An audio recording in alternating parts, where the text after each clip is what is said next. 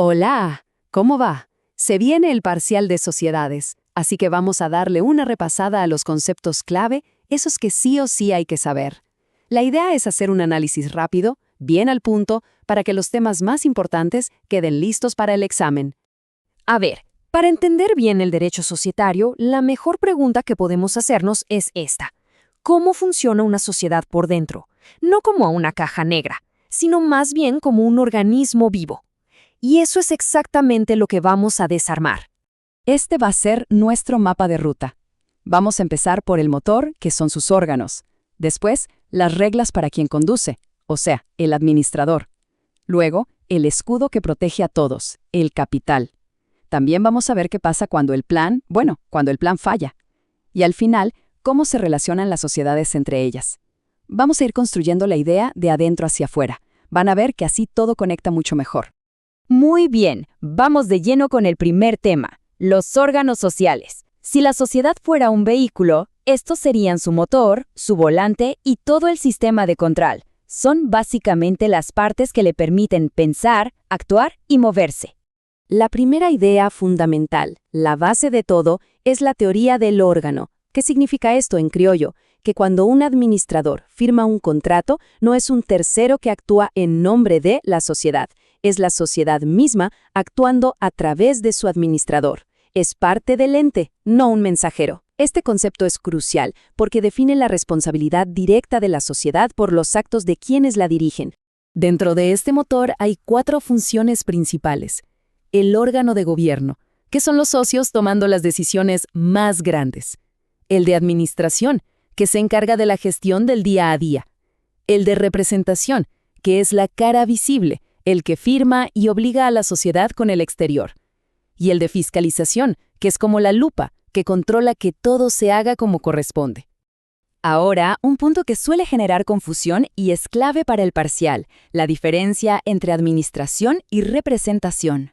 Pensemos en una sociedad anónima. El directorio se reúne, debate, planifica la estrategia. Eso es administrar, es la gestión interna.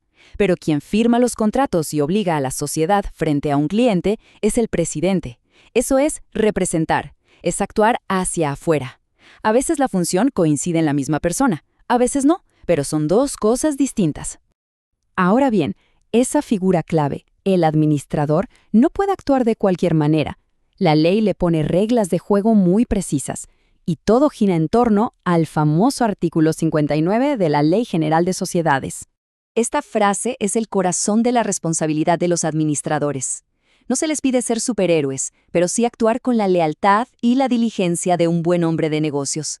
Esa es la vara con la que se los va a medir. ¿Y qué significa este estándar en la práctica? Bueno, se divide en 2 deberes. Primero, lealtad. El interés de la sociedad siempre, pero siempre va primero que el interés personal. Segundo, diligencia. O sea, actuar de forma profesional, informada y eficiente. No alcanza con tener buenas intenciones. Hay que hacer las cosas bien. Atención con este dato práctico que es una pregunta clásica de examen. Si la sociedad saca a un administrador, pero esa decisión no se inscribe en el registro público, para el resto del mundo, esa persona sigue siendo el administrador. Sus actos siguen obligando a la sociedad. Por eso, la inscripción es fundamental para proteger a la empresa. Ya vimos quién conduce la sociedad y con qué reglas. Ahora veamos la estructura, que protege tanto a quienes están adentro como a los que contratan con ella. El capital social. No es solo un número en un papel, cumple funciones vitales. El capital tiene 3 caras. La de productividad, que es el fondo para empezar a operar. La de determinación, que define el poder y la responsabilidad de cada socio. Pero la más importante, desde el punto de vista jurídico, es la función de garantía. Es la cifra que la sociedad le dice al mundo. Hasta acá, respondo yo por mis deudas. Esto nos lleva a otra distinción clave. No hay que confundir capital social con patrimonio neto. El capital es una cifra fija, es casi una foto del momento de la Constitución. El patrimonio neto, en cambio, es una película. Es el valor real de la empresa en un momento dado, que sube y baja con cada negocio. Es totalmente dinámico. Hasta ahora, vimos cómo debería funcionar todo. Pero, ¿qué pasa cuando algo sale mal desde el principio? Cuando la estructura tiene fallas. Bueno, ahí entramos en el terreno de las patologías societarias. Aquí vemos un cambio de paradigma clave. Antes de la reforma de la Ley 26.994, si una sociedad no encajaba perfectamente en un tipo legal, era nula. Fin de la historia. Hoy, una sociedad atípica no es nula, sino que se rige por las normas de la sección IV, las llamadas sociedades informales. La sanción es menor, pero las consecuencias siguen siendo importantes. Mucha atención acá. Esta es la diferencia más importante de este tema y pregunta de examen segura. Artículo 18 de la LGS. Objeto ilícito. La sociedad nace para hacer algo ilegal.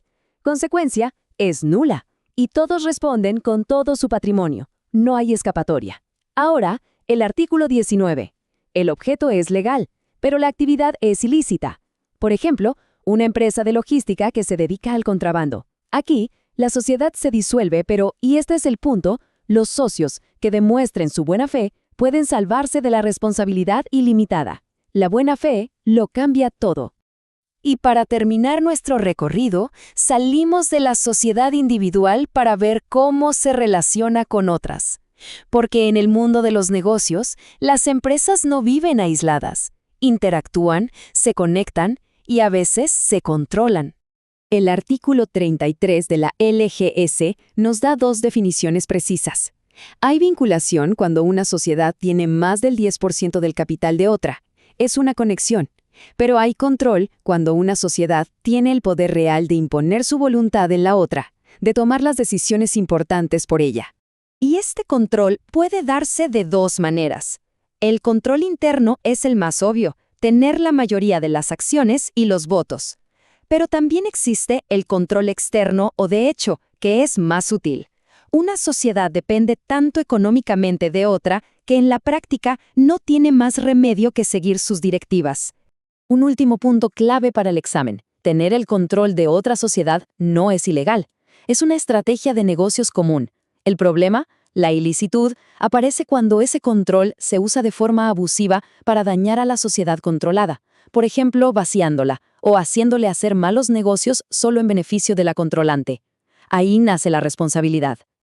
Este esquema mental integra todo lo que vimos. En la cima, los socios, que inician todo dando poder a los órganos, que son el motor. La base es el capital, el escudo de garantía. Las fallas en la estructura nos llevan a las nulidades, que son los límites legales.